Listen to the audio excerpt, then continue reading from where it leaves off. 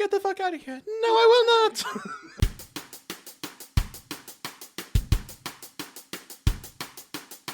You ever just be sitting there and you find poop on your hands? You ever just be sitting there?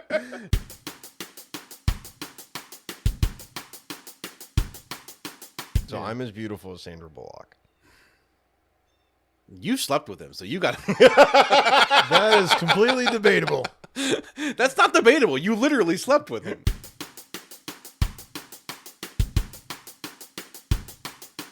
Yes, ordered Webb, drinks? we saw the strip club. No, I'm saying when they ordered the drinks. You didn't let me finish, dick.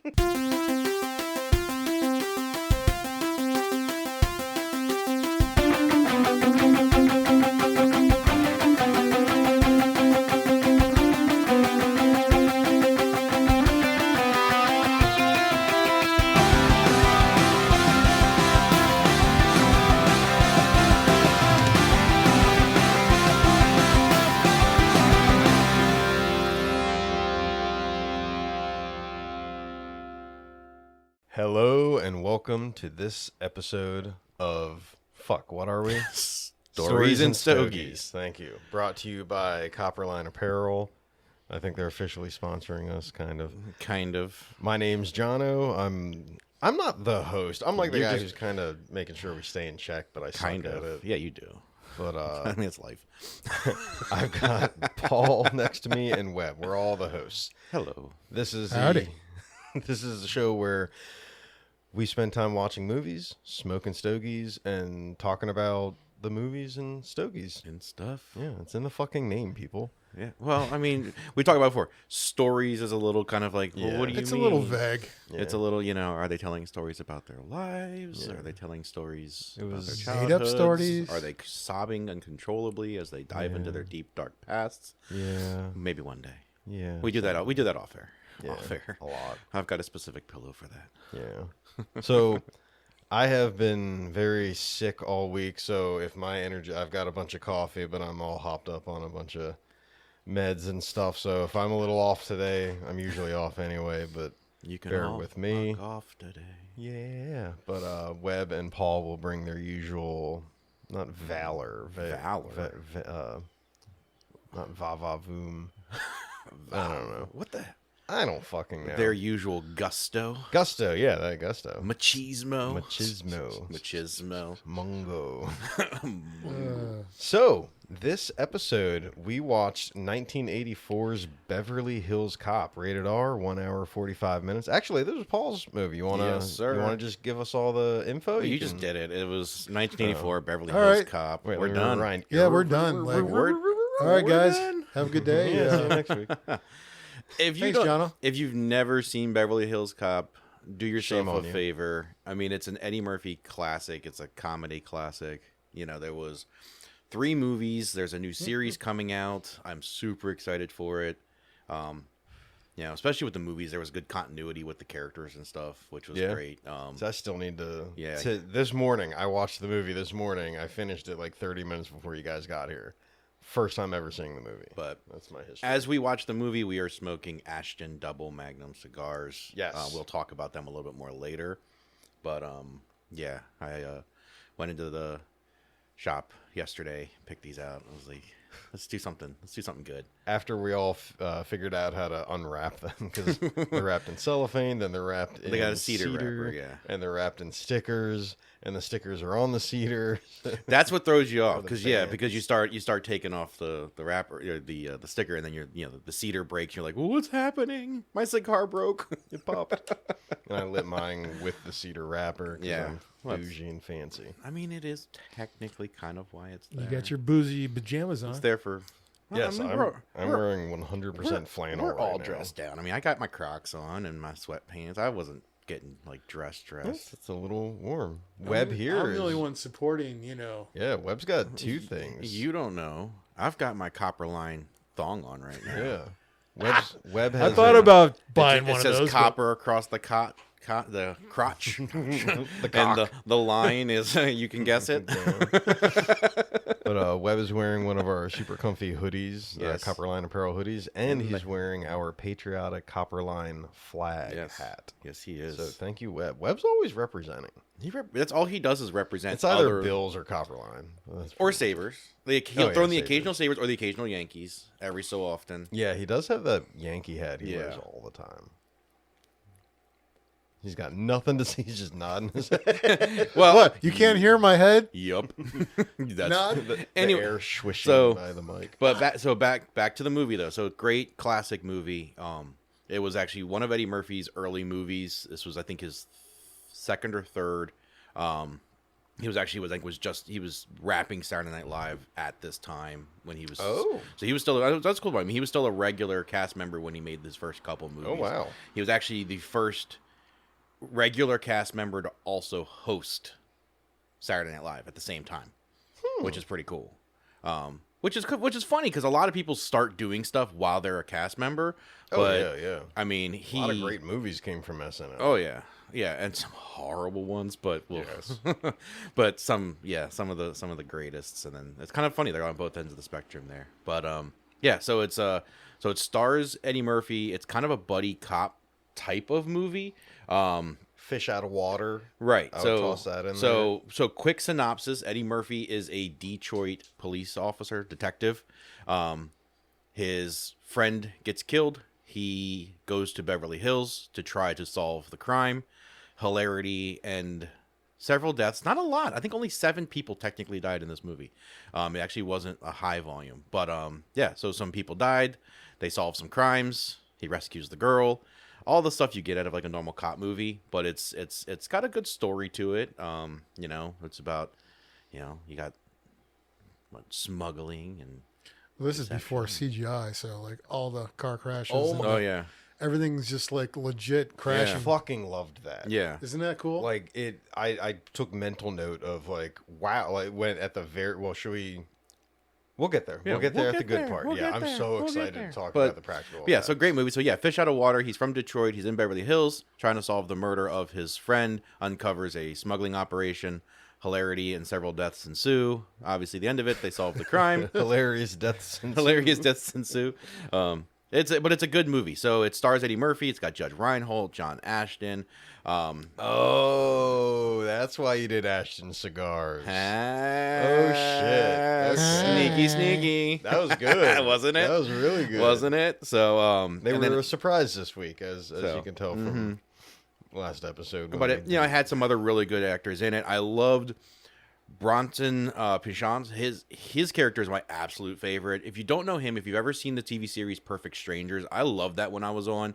Have you ever you Webby's old enough to have at least seen it. I don't know if he ever has.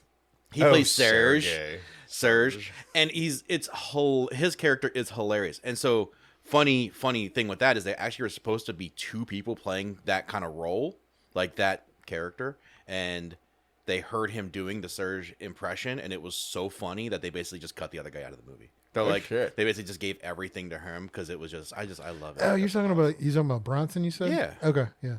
Yeah, he's hilarious. He was absolutely fun. hilarious. And he was like, Yeah, how much- 30 He, seconds. he plays a tall good and gay everything. guy, that's for sure. Yeah. How much did this sell for? 100. Get the fuck out of here. No, Get the I fuck will outta not. It's great.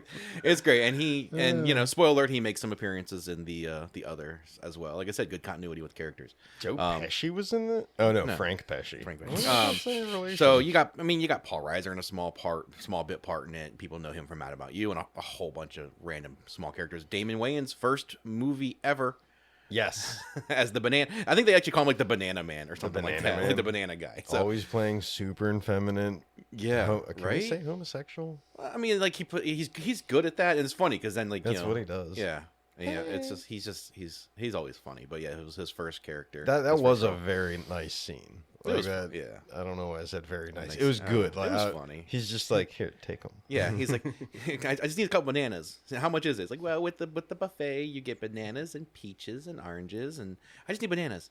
Here you go. Just like sneakily. Yeah. gives them to him. But yeah, so I mean, it's a great movie. It's directed by Martin Brest. Scorsese. I know, wouldn't that be cool? BREST. He's got a really Oh, that's an unfortunate. he's done a lot of. It's funny though but he actually came off of Well, he's acted though too. Like he played, I think, a clerk or something like that in the movie. But he's but he's the same guy that he was the director producer of Son of a Woman. He did Midnight Run, did Meet Joe Black. Oh, he did Beverly Hills Cop. Oh yeah, how about that? Hey. How about that? So Brest directed it. He did some, he's done some, not a lot of movies, but I mean, like Son of a Woman, like that's a classic, Really bad. I don't know that movie. That's all right. It's all right. You're a child. Yeah. But yeah. So Martin Brest was the director. It was actually, funny enough, produced by Don Simpson and Jerry Bruckheimer.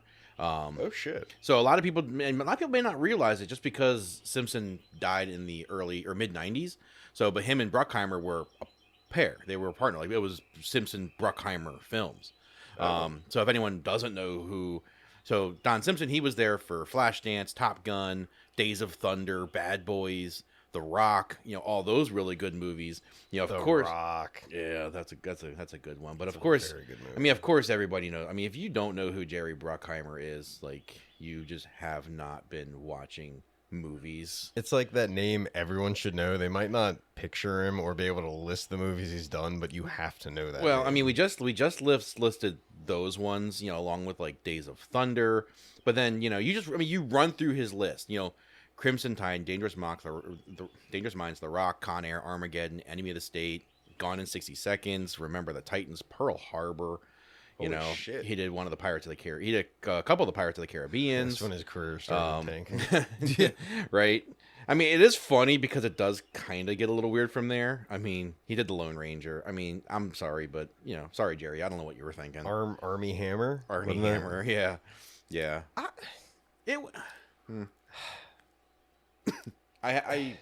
We should do that movie. We on the should. show. Well, we definitely. So we're doing movies that we like, and we're doing movies that we enjoy. We definitely have to do something that, not to say that we can intentionally pick apart, but just something that maybe we're not big fans of. Yeah, and really break it down. And really analyze it because. Yeah. Even a movie like this, you had for the type of movie, surprisingly great director, amazing producers. Like it's funny when you think about this type of movie because it almost could have been made by just about anybody, and it almost was. But it's just it's got great people. It could have been so much, and the funny backstory with it is it was originally written more as a serious action film. They started kind of trending it more comedy. They had originally actually signed on Mickey Rourke, paid him $400,000 to secure the role, but then he was just like, yeah, no, thank you. Ended up backing out. Then they brought went on to do the wrestler, Right. Iron Man 2. Yeah. Iron Man 2. Yeah, it was My bird. Uh, My bird. But I want my bird. okay. Sorry. But That's the funny medicine. enough, I think the best. We were talking about this earlier. One of the funnier parts of it is how they had then brought on Stallone. And as anybody knows, with Stallone, he writes a lot of his stuff. Like he does the screenplays and the writing for a lot of his movies. It's how he got to start. It's a lot of stuff is done that way. So he took it, completely rewrote the script as a straight, what you would expect Stallone action movie. Changed the characters. Billy gets killed halfway through it. And I forget when they renamed him. They Who's obviously Billy. That was Judge Reinhold's character. Oh, I know, right? Of course, he'd be the one to die. Right. Come on, man. But yeah, completely rewrites it as a straight up action film. Of course, makes the main character a little more Italian and stuff. But then, even Stallone said later though, like that one of the reasons he had to do it though is because no one's going to believe him as a naive kind of detective. And I'll give him credit on that. Like, I think the type of character I don't think would have suited him. He was gonna have to redo it. But yeah, no, they really weren't fans of what he did with it, so they parted ways with him. He actually ended up turning his rewrite of the script into his movie Cobra, though, which is kind of cool. So he's still I've never seen that. Of course, you haven't seen it. They're like, okay, we don't have Stallone anymore. What's the opposite of like a hardcore, strong Italian cop? I don't know, black dude from Detroit. Eddie Murphy. They really. I almost had to stop watching the movie. The laugh. I got used to it. Yeah. So the best is when the girl, when she mocks the love that laugh part. when they're in the warehouse. I hope that was like ad-libbing. So I guarantee it was. So because one of the best facts of this movie is that, especially Murphy. So Eddie Murphy character, Judge Reinhold's character, and and John Ashton's, they improvised a huge majority of their scenes, a huge majority of it.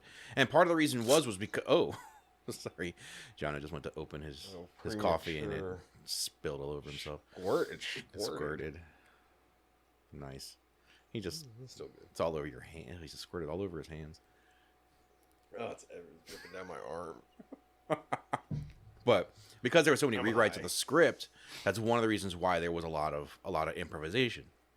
Because they did kind of had to build continuity between it, because the shooting script had been changed a ton of times. So you very often didn't, the scenes could have changed from the last time you read them. So I read that the super cop scene was ad-libbed and they were pinching. Sorry guys.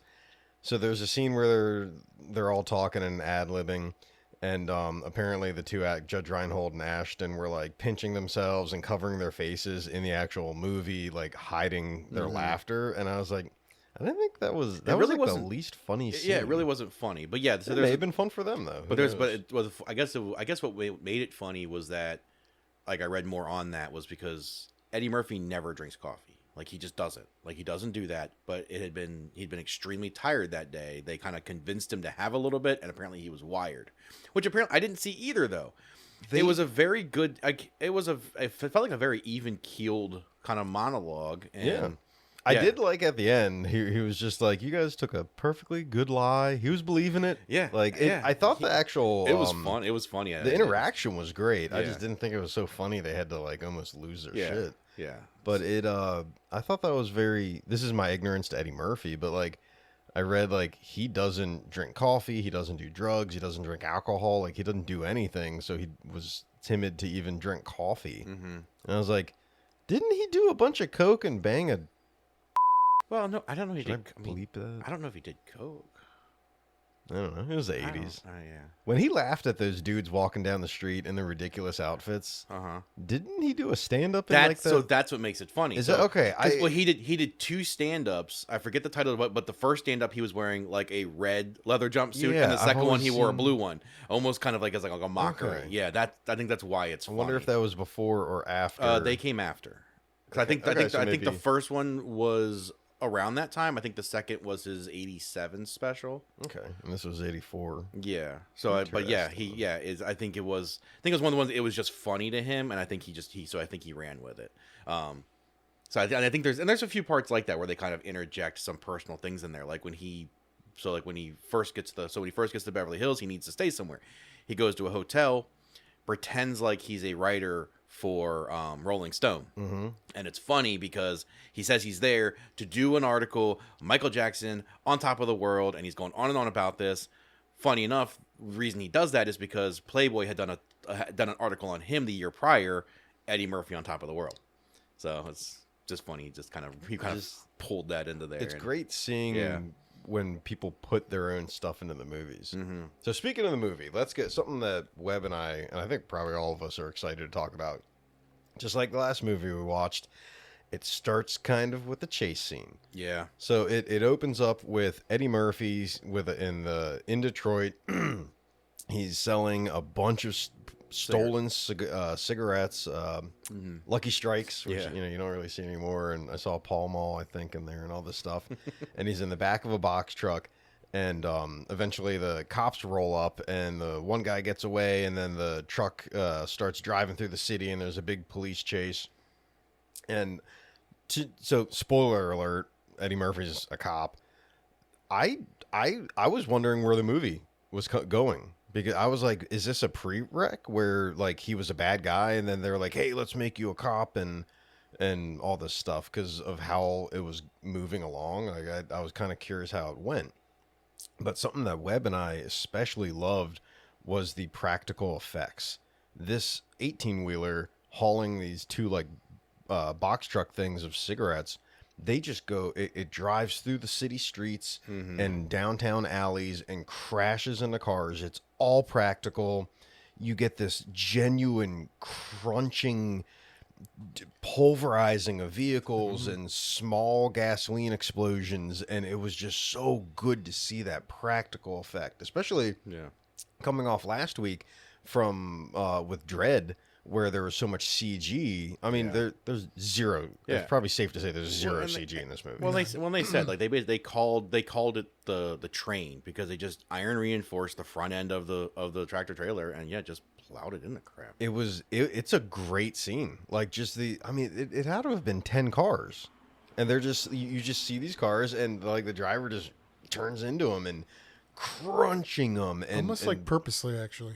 Yeah, like maybe he's trying to went out of his way to just push that car into the telephone pole, and you can and either, then explodes. Dude, I think it was like the second one he hit where he hits it, crunches, and then as he passes, it goes. Yeah, and I was like, God dang, like that just looks so good. It was so fun and entertaining to open up with that. It was good, but then the whole chase scene ends, and like. The cops hold guns on Eddie Murphy for like a solid 20 seconds, and then they lower and they're like, "Oh, Axel, right? I should have known it was you." I mean, it is funny because but it opens with, "Do we know you from somewhere?" He's like, "Nah, man. I think he's from Buffalo. Buffalo. No, I'm from Buffalo. Like, I'm from Buffalo." Oh my god, that was funny. And then then the scene, but I do like how at that part though, like you can tell he knows what's about to happen because he grabs the chains. Yeah, you noticed that too. Yeah, like, he grabs the chains. Like, here we go. As soon as he did that, you're like, yeah, they're definitely taking. And then like even it probably wasn't Eddie Murphy, but during the chase scene, it wasn't. They take a sharp turn, and the actor, the stunt guy, is hanging on these chains and flies out of the truck, bounces on the side of it, flies back in. Yeah, I don't know if you noticed, but it was definitely a stunt guy. Oh yeah. Oh, it had. Yeah, it wasn't like a dummy. Yeah. Like we said, not CG. Yeah. Like, it was awesome. It was a good scene. That whole chase scene, you could take notes on that. I feel like for I think it was well done. Like I said, it was very. I mean, racing through like downtown Detroit kind of thing is a little crazy, but it was fairly plausible. Like there wasn't that like, truck goes flying 60 feet in the air, right? And Yeah, spirals, and it's like it was just driving slamming into slowly through alleys, crashing into shit. Well, if you think about it, if you're the director, you got one take, right? Like, how do you clear that all up, add more cars, and do it all over again with a different truck? But like it's like a one take or nothing. So you figure every shot was but you watch like a Gone in 60 Seconds. That's just like, and the insanity of like the car chase, and you're just like, this is just like no, it kills you. It does. But it was good. Fucking but Gone in 60 seconds. And it's funny because it's just the whole purpose of the scene is really just to somehow play that he's a somewhat irresponsible detective. He's a young, cocky. But even then, like it's funny because I mean, from all intents, he's making an undercover bust, and unallowed.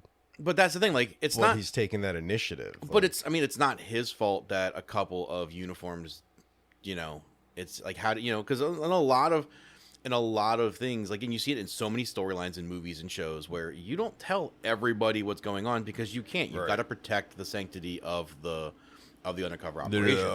So like that stuff does happen. So it's like it wasn't his fault that those unis showed up. It wasn't his fault the guy took off in the trailer with whether or not he was in the back of the trailer or not. That guy was him being in the back really served no purpose other than the end where they're just like, "Oh, Axel, wah wah wah," like that was about it. Just jumped out and been like, "Yo, guys, I'm you."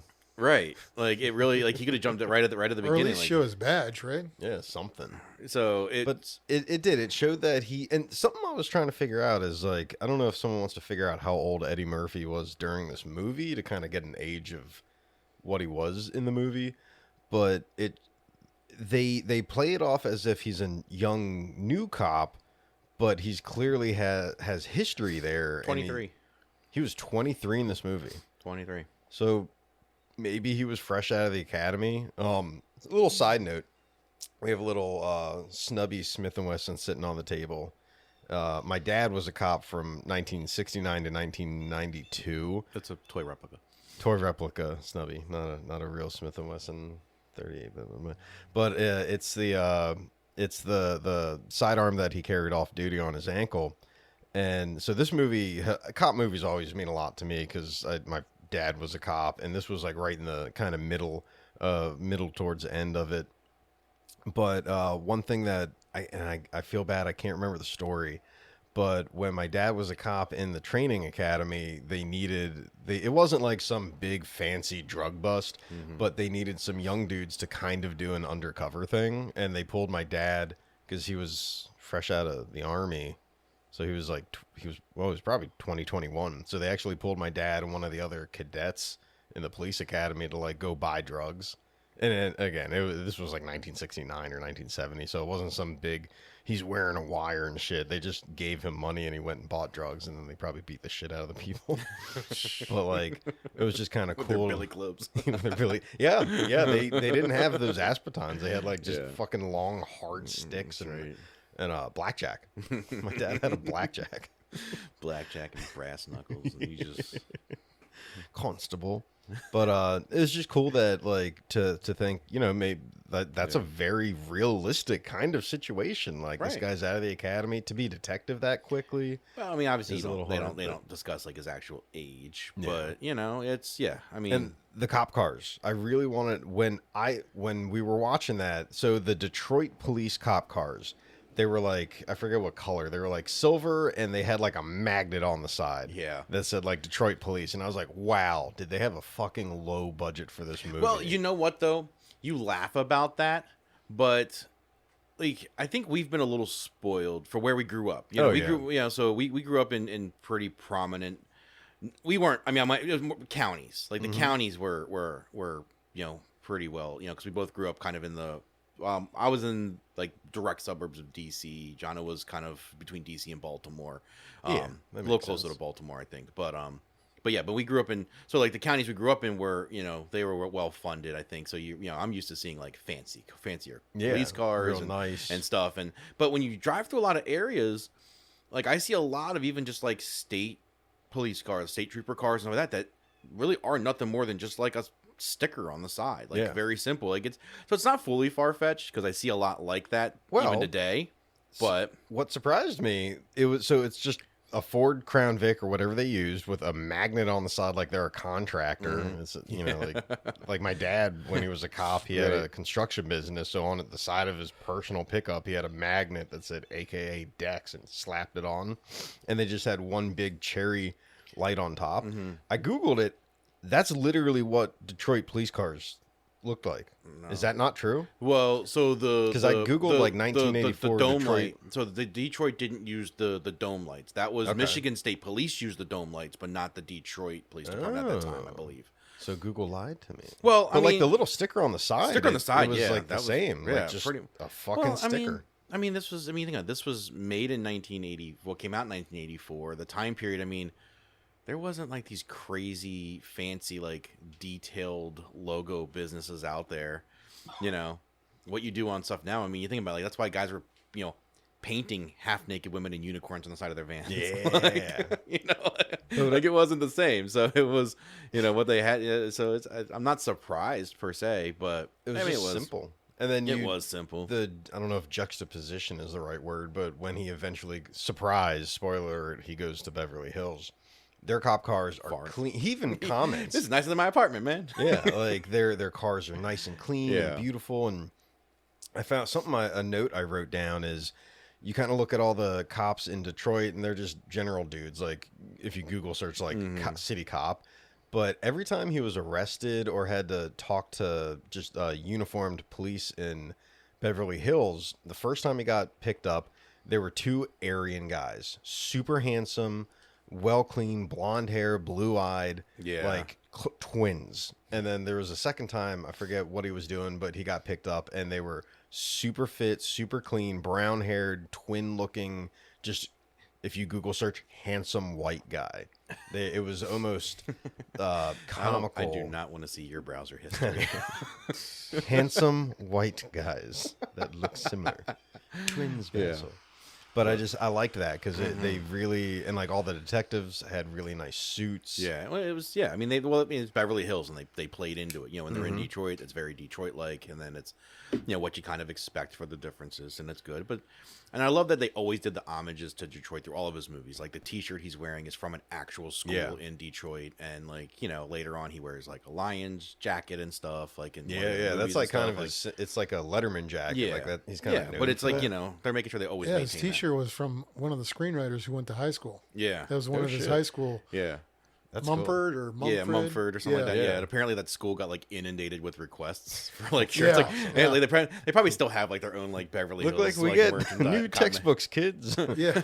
Hey, whatever. Honestly, it's The marching What- band's back, guys. whatever it takes. Whatever it takes. But but yeah. So it opens with that scene.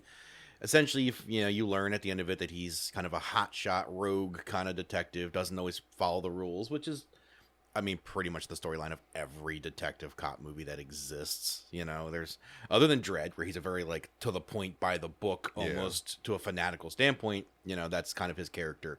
So he finishes the bust. A friend of his pops in. When he gets back to his apartment, finds his friend busy in his apartment. With German bearer bonds, but he doesn't question him on that. Yeah. What are these? Oh, they're German bearer bonds. I don't even want to know, man. Like, oh, Very, okay. very. But you do learn that his friend that had visited him had recently got out of jail. The reason he was in jail was because he'd gotten arrested for stealing a car. Eddie Murphy's character was actually a part of that theft, but he never ratted him out.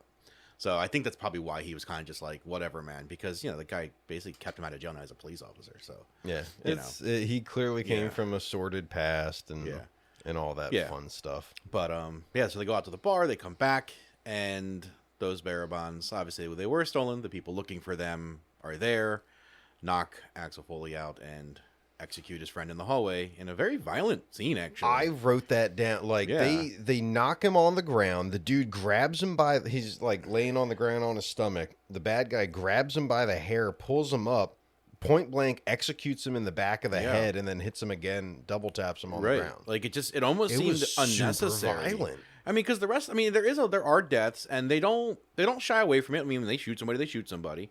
But Not it a lot was of blood. It was just like, wow, like.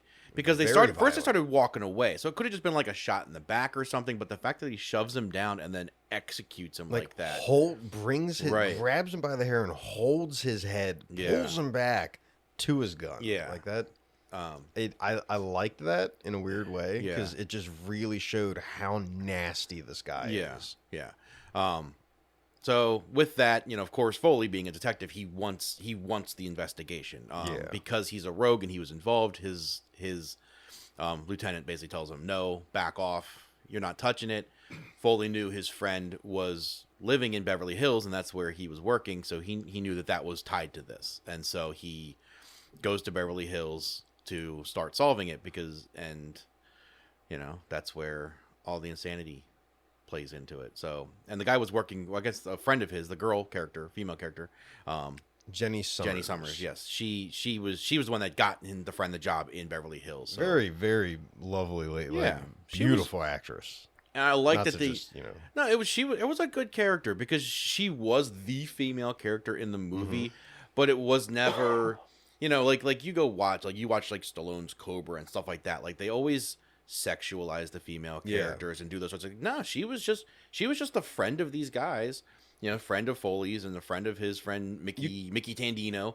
You could really picture them growing up together as young kids in Detroit, and she was the one odd girl that they probably both had crushes on over the years, and they all just kind of went their own ways. Yeah, but Like, they're just friends. I mean, it's just a friendly relationship, and that's all that it is. And she wasn't super damsel in distressy, even for 80s. No. Like she, there was a scene when they're in a warehouse, and the guys come in, and then Eddie Murphy like grabs her by the arm and has to pull her away.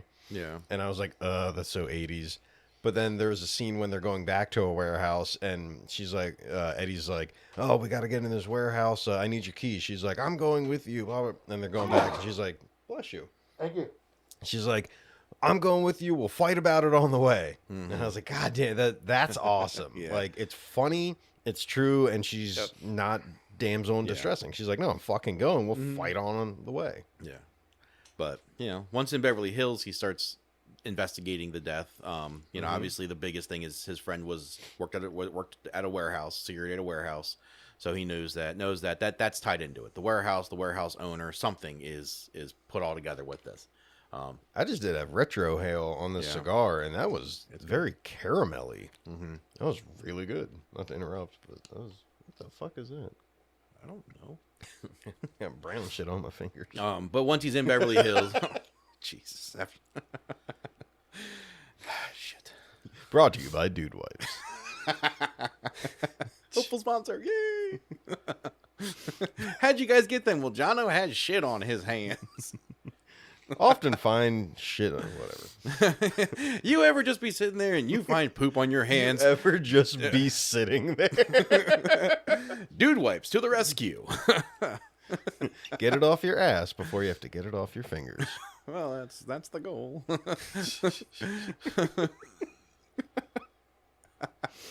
Anyways, Webb's like, you guys are joking, but I buy those.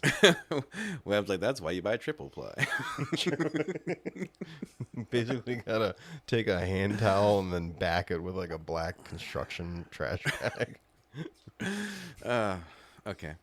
Anyways, so Jenny Summers. Jenny Summers, but no. So while he's there, he begins. So he, once he's very, very, very quickly goes and tries to question the owner of the studio, Mr. Maitland. Victor Maitland. I'm sorry. As soon as they said Victor Maitland, like, I was like, bad guy. Yeah. That's a bad guy name. Maitland's fine, but Victor, there's no good guy named Victor. Yeah. And like, the whole movie, I was waiting for someone to say diplomatic immunity. But it never happened. But while he goes and questions Victor, and he gets thrown through a window, and it was kind of unnecessary. Like the door was.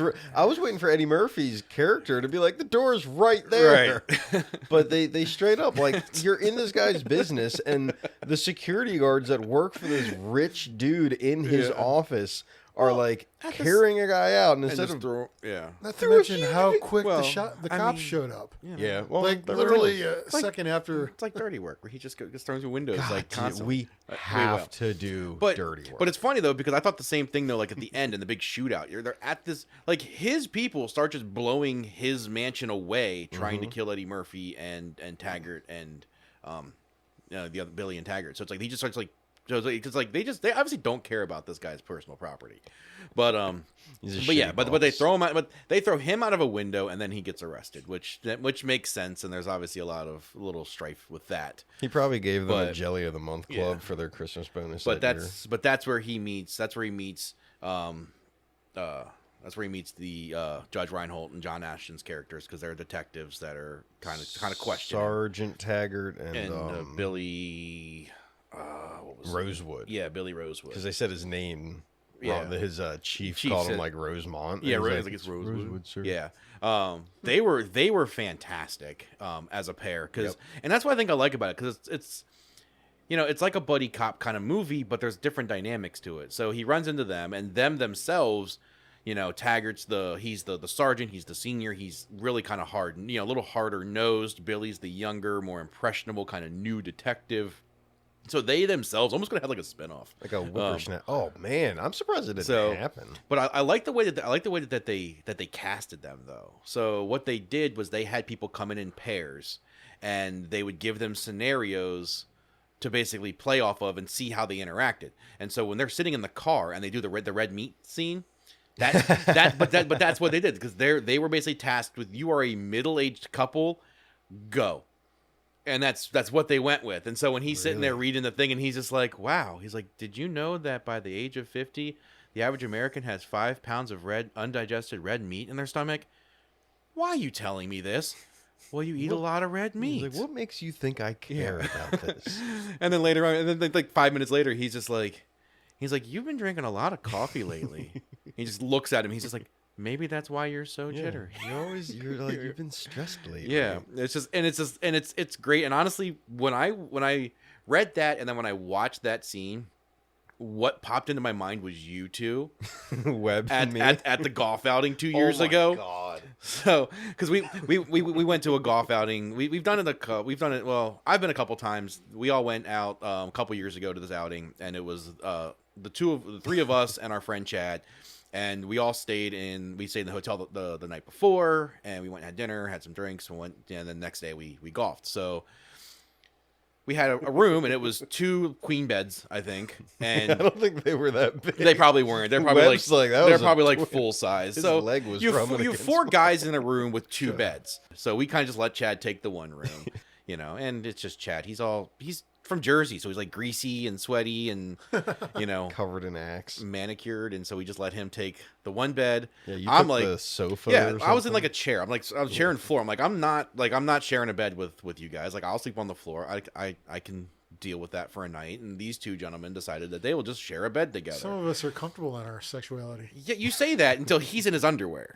So The first thing we do is we look over and Jono's in his underwear. Yeah, that was a little bit because odd. he's like, this is how I sleep. And so Webb like almost cocoons himself in like 1700s like being woven into his wool blanket type of a thing, while Jono's over there half naked with his CPAP machine CPAP on. hose running But- around. Webb but- shoved like a pillow in the back of his pajamas. you just think for that was safety. you think that was a pillow? That was a pillow.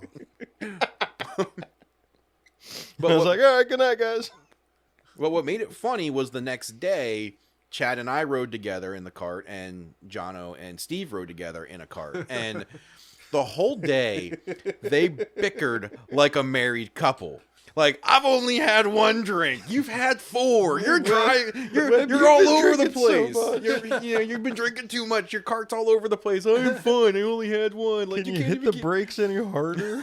It was just hilarious, and it was just great. Fine, I'm gonna God, that's fucking not pull what I over. You can remember. try.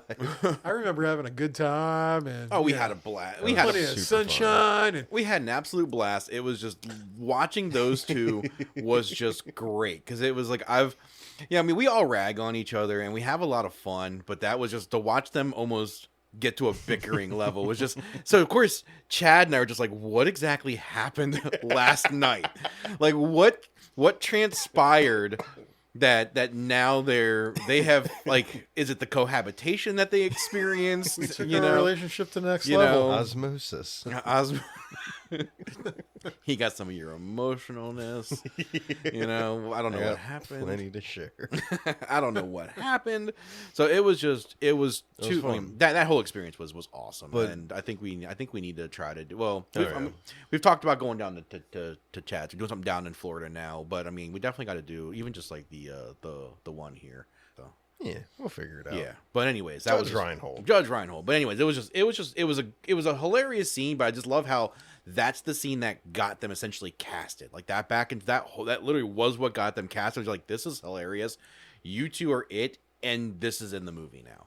Yeah, I just thought that was a funny thing, but it was great. I mean, it's funny scenes. They're dynamic, and even at the end in the shootout, where like he jumps up and he's like, I mean, they've already killed like 4 people. They're under automatic gunfire. And, Billy jumps up, Reinhold's character jumps up and holds his badge up and is like, freeze, police, put your hands up. And they, of course, they start shooting at him and he jumps down and Taggart just he's like, if you do that again, if you do that again, I'm going to shoot you or something like that. Yeah. It's just, and it's fun because then their reinforcements show up and he jumps up and does it again. He's just like, good job. Like very sarcastically. It's just, But it was cool. He really played into that. yeah. What's the word? Like, I think you've described me this way. Like, very new, lighthearted.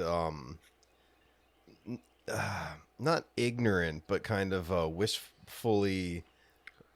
I'm gonna say ignorance. Blissfully ignorance. Not a bad way to put it sometimes because it's not a bad thing. It's just he's got his outlook on it is just Like, maybe it'll work this time. right. Yeah. right. And not just like, oh, we're about to die. Like, Yeah. Taggart was probably scared out of his life that whole time. And Billy But was probably like kind of scared, but like, oh, I have all these things I just learned in the academy. well, and what I like about that and how it transpired to that. So when you first meet them, Taggart comes off heavy, and he actually kind of does what you expect cops to do, and he actually strikes Eddie Murphy's character. But it's when you watch cop movies, especially. I mean, this isn't necessarily factual. I mean, then maybe more so. I don't know. But I mean, they're essentially interrogating a suspect. He's being very kind of almost disrespectful because he is Eddie Murphy, and he's just kind of off. He's a little. He's a cocky young dude guy. from the city, but he's Yeah. also hiding stuff. I think Yeah. I think he was doing all that on purpose I because think like a lot of it. Yeah. he never identified himself as a cop. No. Like, he's got this plan. Yeah. But anyway, so basically him and Taggart have this back and forth. Taggart hits him. Because Taggart, I think, truly was more of that kind of hard-nosed, kind of like that hard-nosed cop at one point in time. But he works in Beverly Hills, and Beverly Hills is this insanely by-the-book department, like, to the point where he does it, and then, like, his captain comes over and was like, made him apologize, and then, like, asked if he wanted to be brought up on charges, and he's just like, and you can see Taggart's almost annoyed by the whole scene, by the whole thing, because he's like, it's kind of ridiculous, so it's funny, so he plays this kind of harder-nosed guy. Billy's this young, more impressionable, and Billy's far more by the book at one point. I think he's kind of new, gung ho. I think that's how he kind of is. That gung ho. I think that's what you've. But Billy's more by the book because he's newer. He's kind of following what the captain, kind of trying to do that. But he's also very impressionable, so he starts kind of picking up on what Eddie Murphy's character is doing, and at the end of it, definitely, he kind of becomes. It's funny because I almost saw like a change, because at one point, like, I could see Taggart being that charging somewhere, guns blazing at one point in time in his career. Like, he seemed like that kind of a cop who kind of got a shotgun, who kind of got beat down by working in this very by the book department. Billy was almost the opposite, who at the end of it becomes this almost like super cop kind of guy, but he's still got that same naivety to him, which I think is what's funny about it. So I thought it was just character development. It was a little bit of development there, and it's good though, because it really does. Again, we don't have to necessarily do it for this, but we definitely watch all of them, because it is cool to see the continued development of the characters in the future movies. I have not seen any of them except this one this morning, and I was a little loopy for that, so I don't remember too much. Yeah, a little loopy right now. I gotta say though, I don't totally out of left field. I fucking love Tim Allen. He's not in this movie, but another actor who's known for always wearing Detroit, Michigan stuff. Mm-hmm. And at the beginning of the movie, not so much later on, I kept thinking they could have done this same movie, maybe not as well, but instead of Eddie Murphy, Tim Allen. Like, I was just kind of toying with that. I'm very biased. Was he still in jail at the time? Oh, I can't remember. I think it was late 70s when he was in jail. But anyways, Eddie Murphy did such a great job. He really was perfect for it. It's one of those ones where you almost, I can't picture anybody else playing this character. Even when I think about, not even like, I don't know, Sylvester Stallone. I mean, no. It's that downside. It was a comedy. It's that downside for any movie. Once you watch it, it's hard to picture other actors in those roles. Yeah. And that's it's usually true unless for anything. DC. Yeah. But it's hard to do that, because that person made that role their own. But when I think about the character, and I think about other actors at the time, especially if you think about comedic actors and but people that can kind of play both ways. But he'd done 48 Hours, and so he's kind of building that repertoire to play that sort of a role already, which was good. Were you born in 84? I was born in 83. 83, yeah. So this is like, yeah, I was but a baby at this time. What a wee lad. I always like movies that came out in 89. For me, I always like the Batman, not the Batman, but the Batman movie. Yeah. With Michael Keaton. It's always like hold little. It's always fun. I'll put it out there though. I think that any 80s were just as a fantastic time for movies as a whole. Yes. All genres did amazing jobs. You had it carry into the 90s. I think you started getting a little funkier with a few things. Comedy was still relatively good, but I think you started to have, I think the downside was you started the 90s with a lot of those 80s characters, 80s actors, and they just didn't, it was hard to continue. Like at some point, I mean, just like, no offense, but at some point you kind of wane, like, even Eddie Murphy, like you see like how his career kind of waned a little bit, and he still was active, but not as variety of reasons, and the roles, all some of the roles weren't good roles, and Webb's like having acid flashbacks to the 80s. He's like, I don't fucking remember shit. Webb just heard us mention Stallone like 6 times. He's like, I hate Stallone. He's like, now if we're talking Frankie, then that's one thing, but no Sly. You have to wonder though, man. Like the dude's, he must have got like how like when you it's not a heart attack, but what's the other one? Stroke. He looks like he had a stroke. Oh, Jesus. You know, It's not his fault. That happened. That's how all Italians talk. It happened. That happened when he was born. That's messed up, man. Oh, is that really a thing? Yeah. When Oh, he really? yeah when he was born, I can't remember the context of it. I can't remember if it was like. I mean, it's one of those. I can't. I don't remember what it was exactly, but I know it happened during childbirth. Like he's basically lived that way his whole life. He was born in Manhattan in 1946, and at his birth, the physician used forceps in his delivery, unintentionally severing a nerve and resulting in the paralysis of his lip, chin, and part of his tongue. Oh shit! All right, I take everything I said back because now you feel just like a horrible human being. All right, handicapped. Well, that's been canceled. He's beautiful. You know. I would like to point out that I have a handicap. So not many people, it's like a low percentage, but I have a cleft nose. So the tip of my nose has like a tiny little butt cheek. It's not a handicap. Or a disfigurement. I'm disfigured. Disfigured. I'll agree to that one.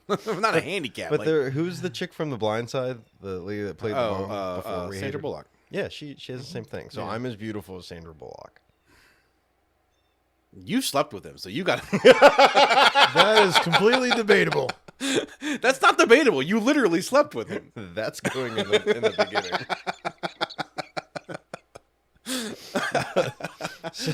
But like I said, but from a comedic standpoint, just from the actor and the development, like I thought he was. I thought all the characters were very well cast, very well cast. Made. Very.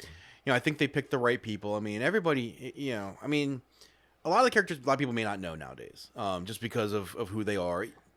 I mean, like it's one thing. Like I said, like Paul Reiser, people can recognize. You might not even really realize it's Damon Wayans at first because he's fairly young, a lot skinnier than he used to be. So skinny. That's how he used to be. I mean, obviously he's a little, you know, but you know, obviously everybody knows Eddie Murphy. You should know who Judge Reinhold is. You should. He's like most famous just for his first name. Pretty right. So that's actually a pretty badass name. It is a cool name. I mean, you can Judge. Yeah. Although, I mean, Pilot Inspector is an awesome name for a kid. Pilot. Jason Lee from like My Name Is Earl and stuff. He named his kid Pilot Inspector. Oh shit. Yeah. That's wicked. That's fucking awesome. Like, Jonathan Banks. Not that. Sorry, I changed the subject. Jonathan Banks. He plays like the bodyguard and the assassin. I've seen him in movies. You've seen all these people, absolutely. I think he was in like Breaking Bad or something, wasn't he? I think so. I mean, all these people you've seen. I mean, you look at any of them. Actually, surprisingly though, Call Saul. Probably one of the ones that was probably in the least amount of stuff. Probably was Lisa. It's a Eilbacher, I believe. I mean, she did she's pretty. I mean, she's been in some stuff, but I mean, like she was in An Officer and a Gentleman, and she was in this movie. Outside of that, she really didn't do very much. She did some TV roles.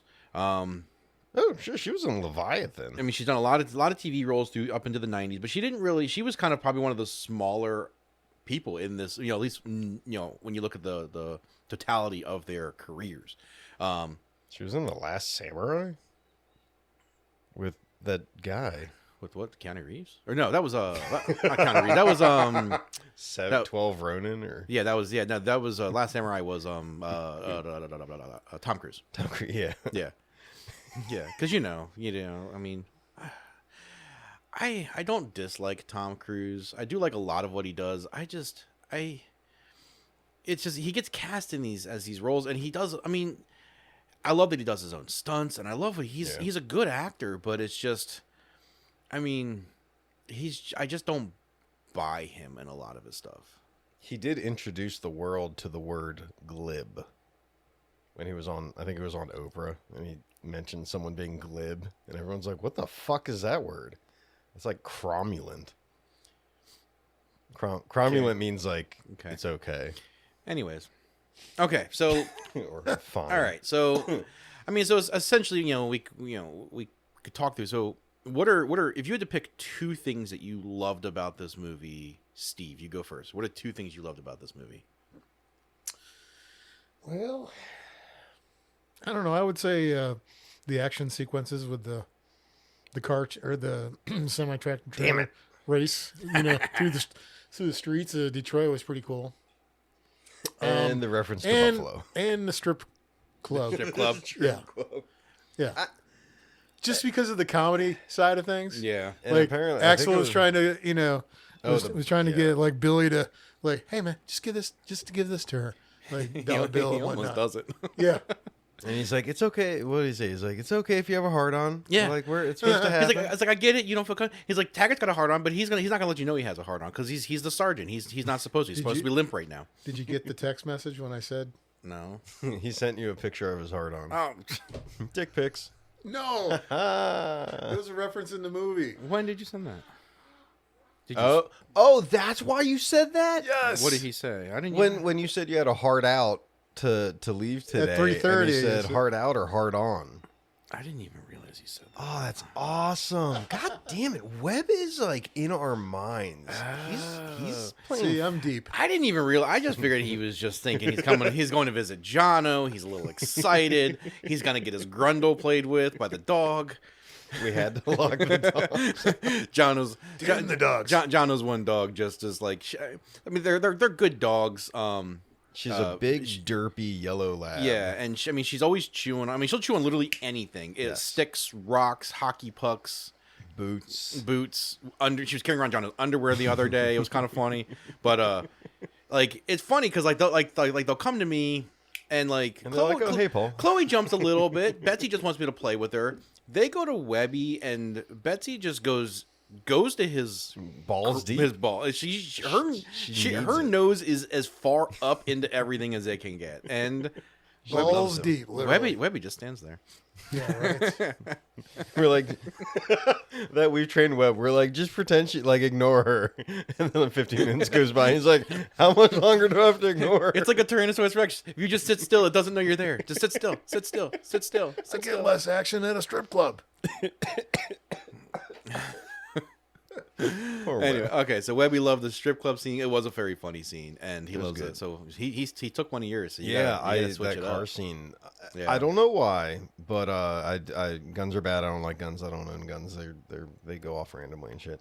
But when Taggart and Billy are at the very end, they're hold down right before he stands up and holds the badge. When they were laying down under cover and they're actually reloading, Yeah. my eye was drawn to a bunch of spent casings that look like 38 special and actual like lead round like Very cartridges. accurate. Yeah, very accurate. Yeah, and he's loading them and they're talking. He's telling that Butch Cassidy story. I thought that was kind of cool. Yeah. He's like, this reminds me of Butch Cassidy when they're in the hut and they got the whole Bolivian army outside of there, and he's like, shut up. But I don't know why, but that caught my eye. I liked that. Oh man, dude, that's really tough because that chase scene was so good. Something I don't want to put it in the bad because we have the good, the bad, and the stogie. But something that I was very happy to notice right before that scene when they're Eddie Murphy's character Axel, we should probably know that name. Axel Foley starts. What's it called when you're infiltrating? He's infiltrating the compound, and the Taggart and Billy go around, and they're trying to hop over the what 8-foot, 10-foot wall, and that's comical because he's trying to climb, and you absolutely know they're doing that. You know, like that's they're trying to do this. So he helps boost him up with his hands. They end up sitting on each other's shoulders. They fall down. They're wrestling around. But then the scene that I noticed, he's finally just got his leg over the wall and he's crawling over, and it's a solid stone wall. But then they show it from Eddie Murphy's side, and it's a completely different wall. It's a parapet. It's like a fence railing. So like I was very happy to see. What I found hilarity in that scene though, so when he finally gets, which is fun. So I did that one time with a club at church where we went to this. It was in Broke into a church. Yes, we broke it in Hagerstown. there was a place, and they had one of those like 8-foot walls, and so it was like as a team of guys, we had to get everybody up this wall. And so like you watch like military movies where going to camp, and it was a cool experience to actually do that. Like, hey, as a group of guys, like how do you get everybody over this wall? Because you can help prop people up, but once you're like the last one or two, like what do you do? So it was a cool. So it's funny to watch it, like them figure this out. Yeah. What I loved about it though, so they're going over this wall, Eddie Murphy's on this other side, and as soon as they get Taggart up, he starts taking fire. So in order to try to rescue him, Billy goes running, takes about 10 steps, and meets with Foley, and there's stairs. Like there was stairs like 5 feet away. It's just like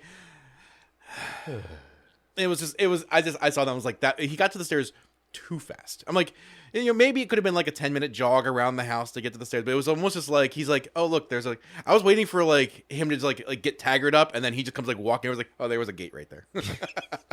It was funny though. I like that. It makes me think of Naked Gun movies. Yeah. Like, oh my god, we're gonna do Naked Gun. Which one? All of them. I think it's gonna be like a Beverly Hills Cop. We got to do them all. Yeah, I think we should. I think it'd be good. So what are your three? So, I've already talked about it. Like, I loved the dynamic between Taggart and Billy. Just their comedy, and it was so under the radar the whole time because they were just like they're partners, and they're almost they're bickering. But the way Taggart reacted to Billy is what made it so funny.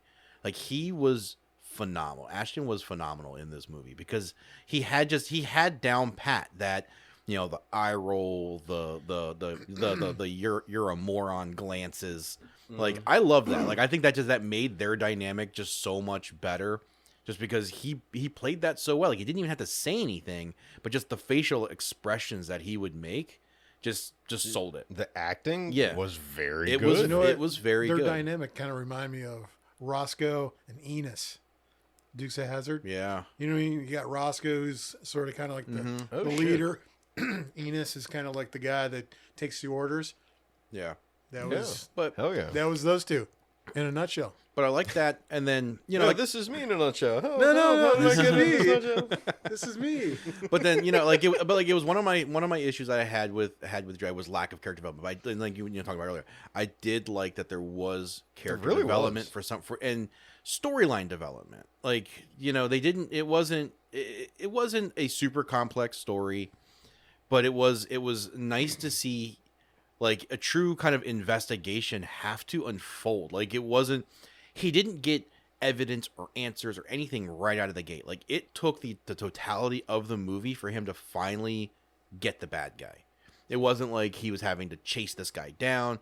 I mean, they were in the presence of each other the entire movie, but it was all about finding the evidence to actually pin it on this guy and to do it in a way. And then they just kill him. Well, because there's a part where they're like, well, why don't we just raid the warehouse? Well, no, you can't do that because if you do that, he's just going to change operations or he's just going to run. Like, we need to nail him. And so I like that there was a good adherence to that. The story was almost simple in a good way. Yeah. It wasn't convoluted. No, they didn't. It wasn't crazy. It wasn't even that far fetched. Truly, Yeah. I mean, it was a very. I mean, this smuggling. This guy's an art deal. I mean, it was art dealer smuggling other things, but it was a good story. Yeah, and I thought, there's some pieces I'll mention that and there's stuff you can pull in the fact, but some things that were just kind of funky about it. But I thought it was a good story. I thought it was a good development of a story, and I like how they really stayed true to it in order to get the whole movie to play out.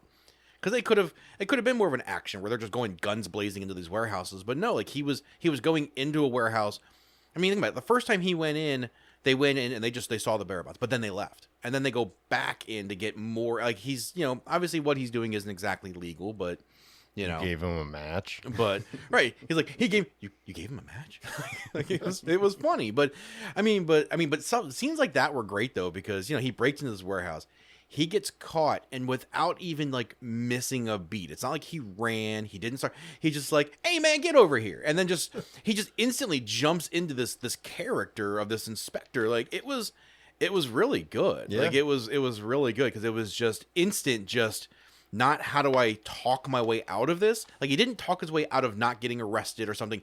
He literally talked his way into getting evidence for his investigation by basically convincing these people that he's this, because he had his badge, so like anything, you flash a badge quick. Most people aren't let me see that and like writing down stuff and really looking, and like nobody's gonna know. It's like, oh, it's Detroit. Who the hell are you? So like, but it was good. Like, it was so quick on his feet. But I like that they did that sort of stuff. His character of like a fast talking street kid that became that came through. Like, you like stereotypically the kids living on the streets, Yeah. stealing cars and selling cigarettes Yeah. and stuff. Like you're quick thinking, you're a hustler. Yeah. He showed that in his character. Wow, this movie's actually really good. I say that not like I didn't enjoy it, but like if you really wow, this podcast is great. Yeah. Like it really makes you think about like what went into it. Well, I think that's what's making this experience fun, because usually you watch a movie and you're just looking for action sequences or the comedy. Boobs, guns. You're not really paying attention to stuff, and it's making us more intentional. but it's funny, you laugh about that though. But with as much as we have analyzed things and the knowledge that we have on different things, that's what starts to play into the things that I don't like about movies when I watch them too. Segue. So like things I don't like are the really cliche, I find cocaine, I dip my finger in it. Like no police officer taste it. ever will have done that. Yeah. Like that Well, is not to say maybe. on purpose, maybe, but I mean that's not how it's done. Does cocaine taste? Well, don't answer this. You'll incriminate yourselves. But like, does cocaine And- taste like something? and it's like what are and they it's doing? funny because it was an Eddie Murphy movie that even mocked that. So do you remember the movie Showtime? He did. It was No. him and who was the other actor in it? Pretty sure it was Eddie. Very sure it was Eddie It was, Murphy. it was probably Eddie Murphy and Eddie Murphy. No, it was Eddie Murphy and who was the That was the Nutty Professor. Oh God, who was the He who like was plays played, like- himself in so many other movies. Yeah, I know. He's Nutty Professor and was he- Robert De Niro. So in that movie they are basically it was Eddie Murphy, right? I'm right. Yeah, right? Eddie Murphy. Yeah. Officer Trey Sellers. Yeah, so essentially Robert De Niro, it's kind of the buddy cop. Trey Sellers, he's kind of an actor / police officer. Robert De Niro's the harder nosed cop. They end up basically getting onto like a reality show, and they bring in William Shatner, and he's trying to basically teach Robert De Niro's character how to act as a. And at one point they're like it's like a drug. He's like trying to show him, like, well, when you find the cocaine, like you stab your knife into it. And he's like No. he's like, no, that you would never do that. And he's like, but this is what you do. He's like, I'm not doing that. Like it's just, so it's a funny thing that they kind of mocked it in a future Eddie Murphy movie, but stuff like that, you see that you're like, that's not true. There's a whole storyline with the cocaine in the coffee grind, I was wondering a true drug sniffing dog Yeah, they is going to pick up probably both. They're still going to smell the drugs. Like that's not necessarily going to be enough to delineate, a drug sniffing dog. A well trained one at Yeah. least. I mean, a good boy. yeah, The best boy. the best boy. So I mean, there's little things like that where there's just obviously it's more for the storyline. It's what you expect in cop movies. I mean, this from when it was made, you can run around and you can laugh at the way that they're carrying their firearms and just doing That- yeah, almost that- comical things. But we mock that now, but then it was just par for the course for movies. So that's like so the I- way they hit fire, the right. machine So guns. so I mocked some of it. So it was kind of one of the things like you watch now. When you watch the story, doesn't make any. It still adds. It's still funny. It's still a good movie. But and I'm not gonna say the one because I know you're gonna want to say it. But Uh-oh. that's fine. But I said that was those were things that I just didn't quite kind of care for because it was just those sorts of things. And then God dang, the retro hair on the cigar is good. it's a good. This is my first Ashton. Mhm. That is a good, and my palate's still growing. Like, this is a good cigar. Mhm. Not super strong. Yeah, it's good. Sorry, I was vamping. That's okay. It's okay. But I mean, outside of that, there really wasn't anything that I really disliked. I mean, the acting was pretty good. Yeah, Yeah. Like you said, it was, I think, overall a very well made movie. I think the story was good. I mean, there really wasn't things I can really say. I mean, and you have to take the time period into play when you think about different. Like I said, like I can say, hey, here's things I didn't like, but I'm looking at that now. You watch any cop movie from that time period, that they're doing all the same Yeah. things. It's not like now where you can watch one movie where they do things right. Like or closer to it. Like then this is what they did. It was all animated and it was all a little more extravagant in certain ways, just because it kind of had to be. You could really pick like when the scene when he sends out when Taggart and Billy are tracking him at the beginning, and he sends the garçon bellhop guy out to give them food, and then Eddie Murphy gets the bananas. Funny. It's funny, but the fact that they're directly next, like perpendicular, right next to the fucking front door of the hotel, and Eddie Murphy runs across the street while they're looking his direction, talking to the bellhop. Yeah. Goes behind their car, shoves bananas, and runs away. But I mean, that is so nitpicky. That is, and that's the problem. Is that I think in order to find things that I think like things that I didn't like you have to just nitpick little stuff like that. Like, yeah. Did you notice the one scene where they're in a strip club and they ordered drink? Yes, ordered Webb, drinks? we saw the strip club. No, I'm saying when they ordered the drinks. You didn't let me finish, dick. continue. God. Let me speak once. I'm sorry, Webb. Damn. Tough crowd. So anyways, when he orders scotch and soda? Right. And they ordered just plain club soda? Club soda, yeah. And of course they said, maybe you should drink a club soda. I'd be like, I hate soda. Yeah, he was But like, yet he ordered soda with his scotch. That's a good point. It's like He said, make sure you give us the right drinks because Yeah. I'll throw up if I drink club soda. Yeah. But he got a club soda with scotch. Well, he got a scotch and soda. Scotch and soda. Clubs, you know what club soda is, right? Well, it's a fizzy drink. Yeah, It's but like, they're not they're both fizzy, but they're not. Are they different? Oh, is one the one that tastes... they're both called soda. They're both called soda, and that's just because of the fizziness to them, though. But I mean, club soda is, it's basically like fizzy water. He's like, fuck you guys. I want to talk about the stripper club again. No, Love that scene. But again, it is one of those funny things. You can nitpick it, yeah, and you can find little stuff like that where it's just kind of comical. But I mean, like as a whole, was there anything else that you didn't like?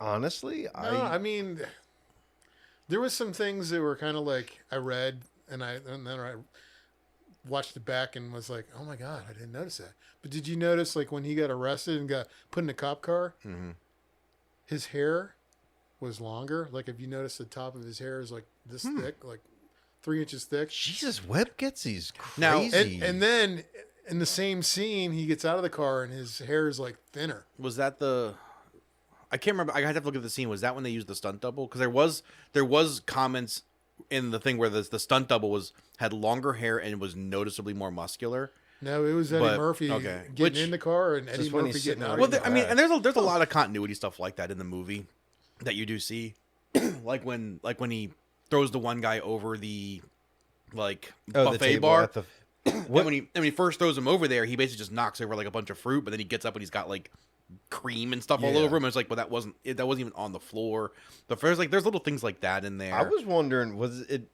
I was gonna replay it, but I was trying to watch the movie before you guys got here. But like, I don't think that was Eddie Murphy that threw him. I don't think it was either. Like they had a stunt double throw a guy. Well, there was a lot because there was a lot of because I forget the scene, but there was a scene that they wanted Eddie Murphy to do the stunt in, and it was like it's just like the jump, do something, and he was like, I'm not like he was refusing essentially to do his stunts, and Martin Brest actually did it first to basically show him like that you can do it. So like I was reading it, Martin Brest did it, and then he's like, okay, well I guess I can. I mean, if the director's doing it, I guess I can do it. So Nice. it was one of those kind of things, but I forget what it was that But I think he did like refuse to do a lot of his own stunts, which a lot of actors do, and I don't blame them at all for it. You hire stunt doubles for a reason. Some people take pride in doing their own stunts, and there's a realism that you get out of it. But at the same time, I mean, do I want to you hear about stunt doubles literally die in some doing something like. Do you want to put yourself at that risk? But what didn't you like? That it like I said, there's not that much I didn't like. The laugh. Oh yeah, the laugh. Eddie Murphy's laugh was the only. I got very used to. He didn't do it as much. It almost seemed like he was doing it on purpose a lot at the beginning. I think he almost kind of was. It was like when you have like that kind of awkward. I'm just like trying to joke around or get away with something kind of a laugh. It's not like your true laugh, and I kind of felt like that's maybe what he was kind of doing, but. it was a little annoying. And the scene in the warehouse when Summers mocks him and he does it, then she does it. That was funny. I am truly curious if that was scripted or if that was just one of those improvised scenes. And that was such funny. a wholesome scene too. It was like it just really showed that they grew up with a bond and that they were close friends growing up. Right, because only a friend would do that sort of thing. Yeah. Like, if it was anything else, you're not gonna get that. That was like that friend banter where your friend has a goofy laugh, you're gonna make fun of your friend's goofy laugh. Yep. I don't care who you are. If your friend has a goofy laugh, make fun of it. It's funny. Yeah. They know it's funny. If you're friends and you respect each other, hopefully you have that type of a relationship. Yeah. If you don't have that type of relationship where you can't pick on your friends, then you're not friends. We talk about that all the time with people. It's like, and people say that all the time. Like if I'm messing with you, it's because I like you. Yeah. And you just hope that, Ooh. That was a scene.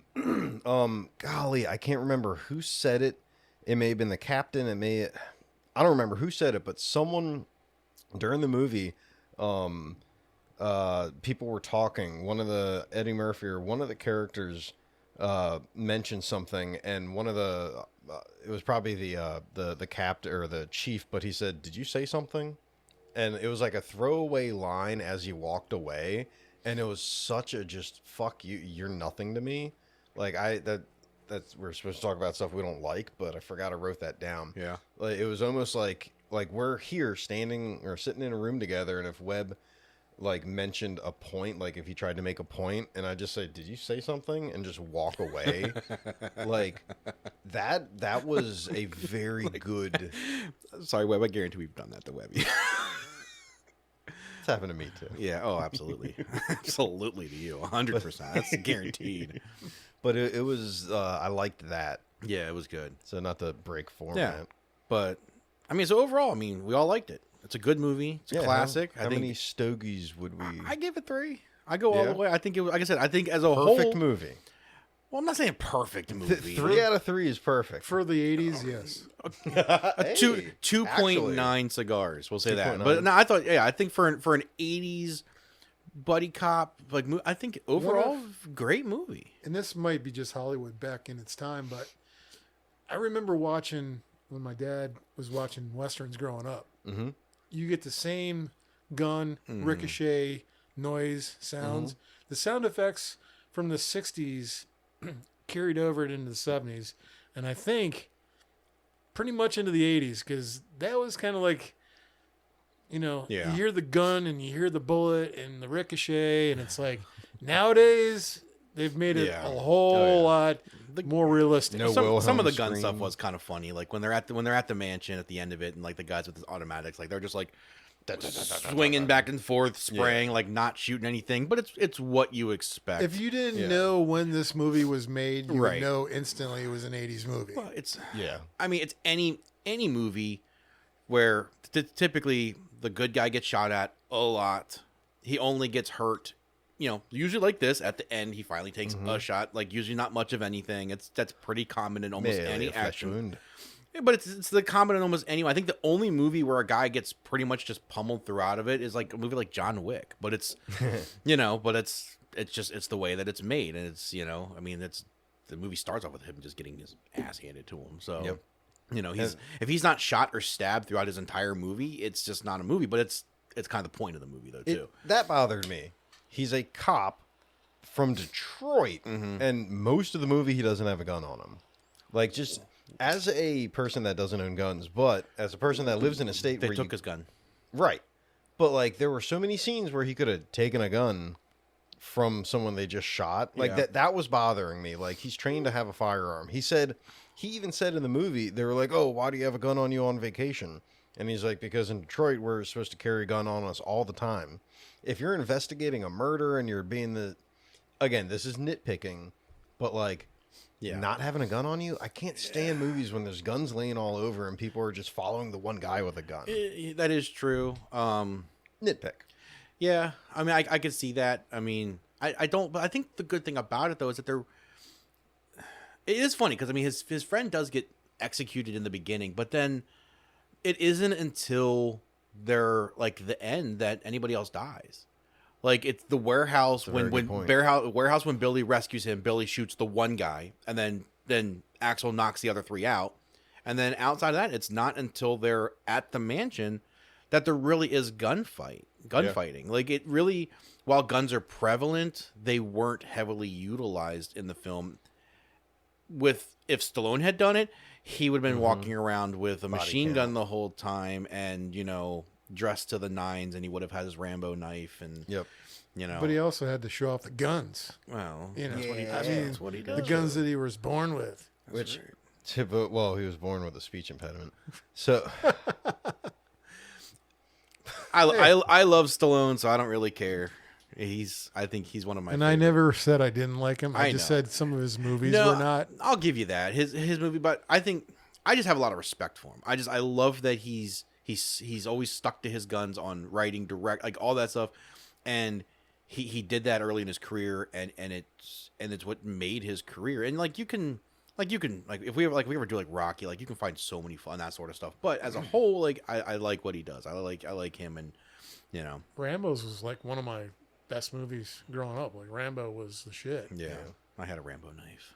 yeah, Hell yeah. Oh yeah, who did? You had to. Yeah, there's the Oh, yeah. survival compass. Yeah, and- could get Kumple. You took it out and it had the You got matches and a little fishing yeah, line. yeah, Hell yeah, yeah. I had the same thing. Hell Like, yeah. like a Slim Jim. Yeah, it had everything in there. Yeah, Slim Jim, little mini MRE, mini MRE. But no, it was that was an awesome knife. But it was cool. But yeah, I mean, as a whole, I think we all I'd like to point out that Axl Rose carried a 9mm. Foley. Axl Foley. He was using a 9mm. Guns and Roses, baby. A what was it? A Remington High Power? Is it Remington? High Point. No, Remington. Browning High Power. Okay. Because I was looking at it and I was like, at first I was like, is that a 1911? No. Then I thought it was one of those like Russian kind of copies, like a Soviet kind of copy of it. And then I kept looking and I was like, oh, that's a Browning High Power, 9mm. And it was cool. I did like the scene where when he was shot at the end and he had to do like a one-hand reload, so he held the gun between his legs. And so, Stogies. Okay. Oh, well, I didn't get my rating. I'm sorry. Don't care. Yeah, nobody cares. I was gonna give it 2.5. Okay. Yeah, because it's. Yeah, that's fair. I don't think it's perfect. I Right. feel like a 2 cigar is probably like, yeah, it's a good movie. Yeah, but this was like a little better than it Yeah. was like a good movie. It was Yeah. it was a really good movie. Yeah, Yeah. it's not I'm quite. good with No, I'm good with you that. But okay, so I think as a whole, we all like it. We all recommend it. We all gave it really good ratings. Yeah. Between 2.5 to 3 cigars, somewhere in that ballpark. So we're giving it, multiple cigars up. Cigars. But anyway, so but we are smoking the Ashton Double Magnum. Double Magnum. It is a really good cigar. So it's the binder and filler is Dominican. The wrapper it's a cedar based. Well, it had the cedar around it, but it's a Cameroon wrapper or wrapper. I thought it was great. I thought it had a really good taste to it. When I bought it, the guy he kind of saying like it's a little creamier, but not like super heavy. And I kind of could see that. I taste that. I've smoked a good amount of Connecticut Shades, and they're always very mellow. This one was decently mellow. The retro hail, when you blow it out your nose, I commented a couple times. Like I don't know if caramel is the flavor, but I got like that was one of my first kind of tastes. Like it was caramel, but even if you don't. How do I word this? Even if you don't taste the flavor notes, it was a good retro hail. It just tasted good. I liked it. I think as a whole, it was very good. I think Webby, you kind of commented. You said you felt like it was a little heavy for you. Compared to maybe last week's, What was did a we little bit have darker. last week? Oh, really? Yeah, we did the Okay. Rough Rider last week. Last week was kind of a dark Yeah, that was flavor. Yeah. Really? Yeah. But again, everyone's palate's different. Yeah. Like and Connecticut Shade doesn't necessarily mean it's a mellow cigar. No, it's Like, it's I think Drew Estate makes a Connecticut Shade that's pretty strong. Oh, the Southern what is it? Southern Draw something of Sharon, Rose of Sharon. I think that's like an $11 or $12 cigar. I think it got like a 99 rating or something, or it was like Cigar of the Year a couple years ago. But that was a very strong, delicious. Well, and that's what this is. So this you're going to spend about $10 to $12 on any Ashton for the most part. they're going to be around that ballpark. So again, not super expensive. You know, for us, it's, you know, like we usually stay, you know, usually sub $10. You know, we usually stay like around, you know, 3 to 5, typically 6, somewhere in that. But yeah, no, I really like this. This was a good cigar. Yeah, like I didn't think it was as heavy as Web, but I thought it was a little lighter.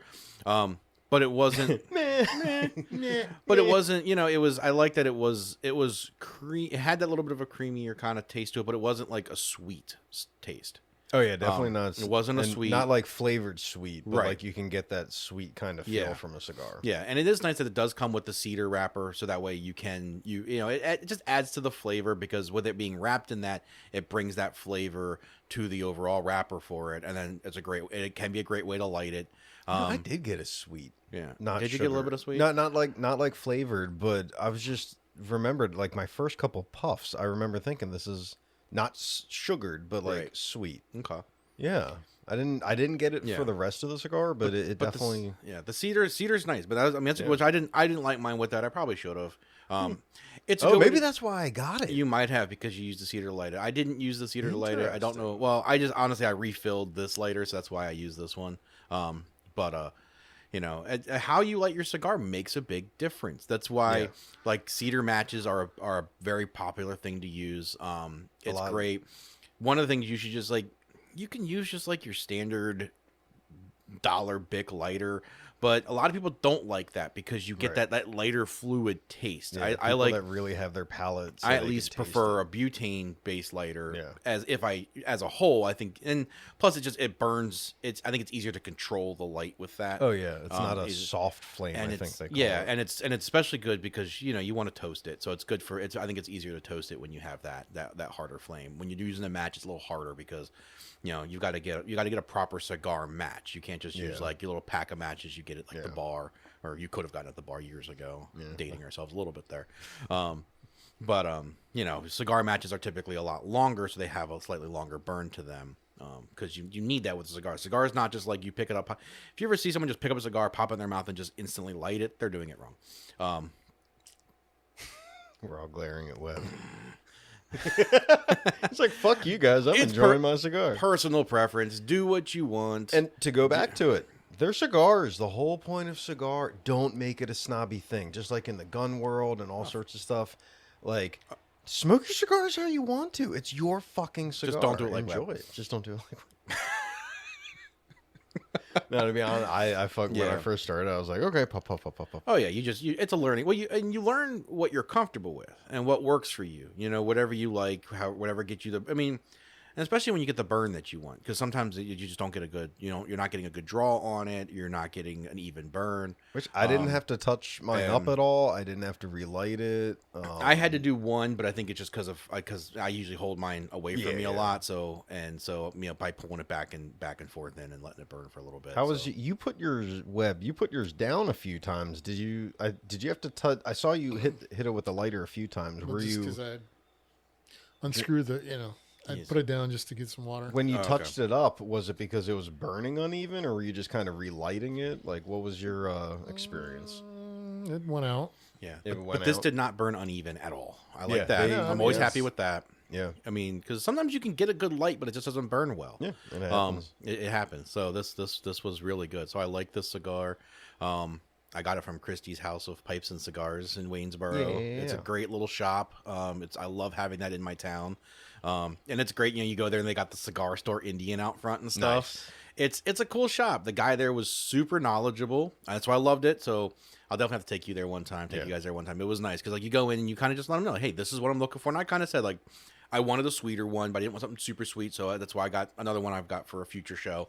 I just watched a and movie then- with Rob Ashton. Can you suggest any? Well, no, movies? actually, so it was actually just totally random though, because I didn't know. So I wanted to Did surprise. you not do it on purpose? No, I did do it on purpose Okay. once I saw it, but I wanted to surprise the guys, and I really wasn't sure what I want to do, because when you're trying to pair a cigar to a movie, it can be super difficult because Yeah.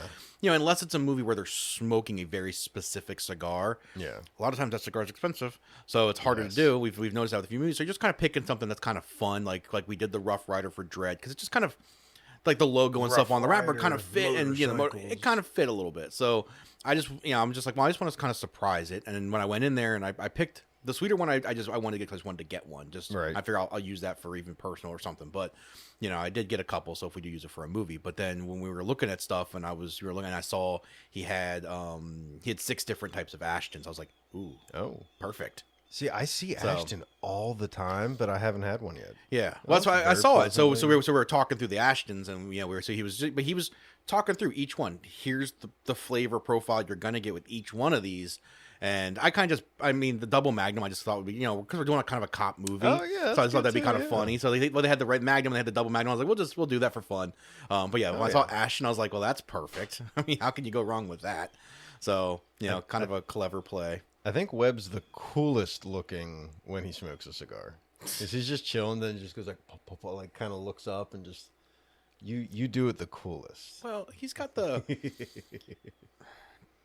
just got that more refined look. Yeah. So we talk the good, we talk the bad, we talk the cigar. We got to figure out what we're doing next week if I'm alive. So if we follow the pattern, we're back to Webb, the inaugural. He Yeah. blew it out of the park with the last movie. Blazing Saddles, yes. So the other 2 movies that That might Webb, be tough to top. Well, I mean, we could do anything from the list if we want to, but what were Webb's other 2? it was The Monuments Men and Lone Survivor. And his cigar options, well, we did Rough Rider Sweets. So let's pick a movie first. Which out of Monuments Men and Lone Survivor, what are you thinking? They're both available on Netflix as of right now.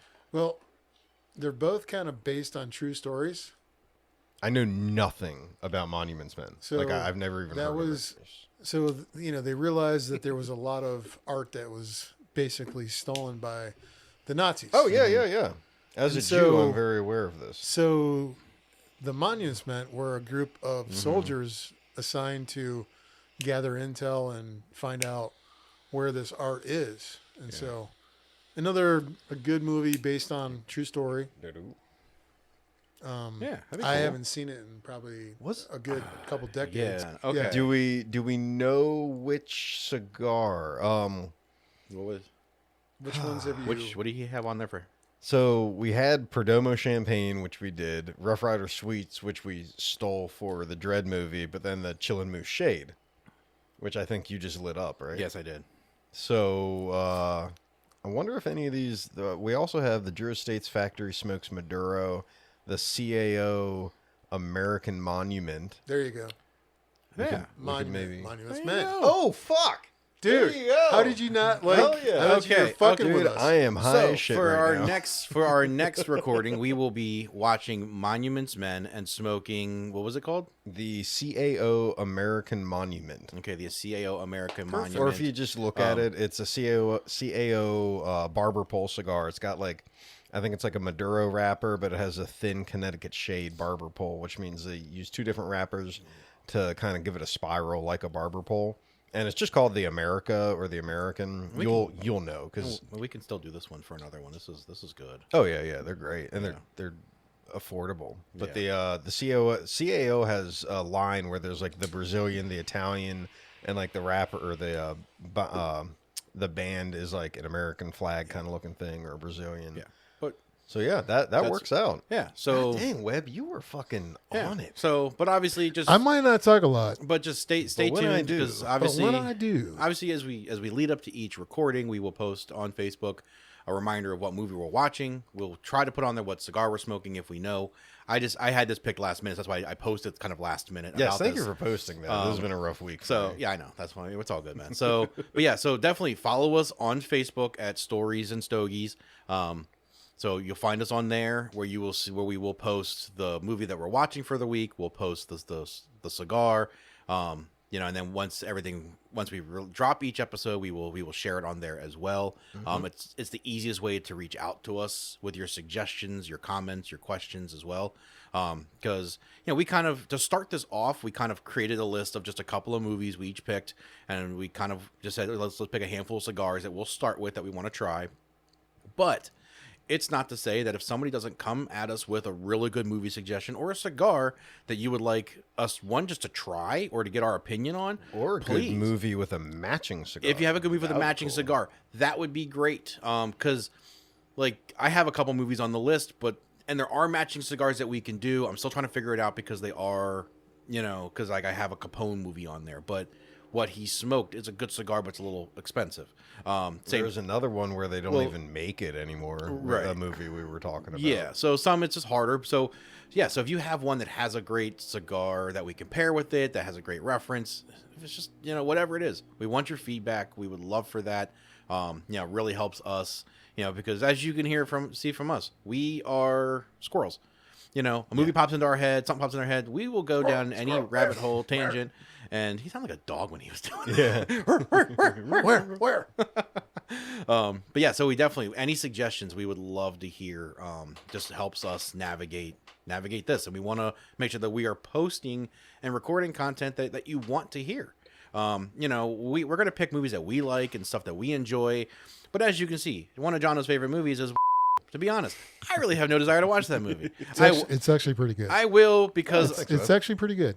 Okay, so I mean, I'm not gonna say we won't do it because that's not the point of this. Isn't to watch stuff we like, but again, we're gonna gravitate towards movies that we do have feelings about. So we're not, it's gonna be harder for us to pick other stuff. So join us next episode with the Monuments Men on Netflix right now, as of right now, and we will be smoking the CAO American Monument, which.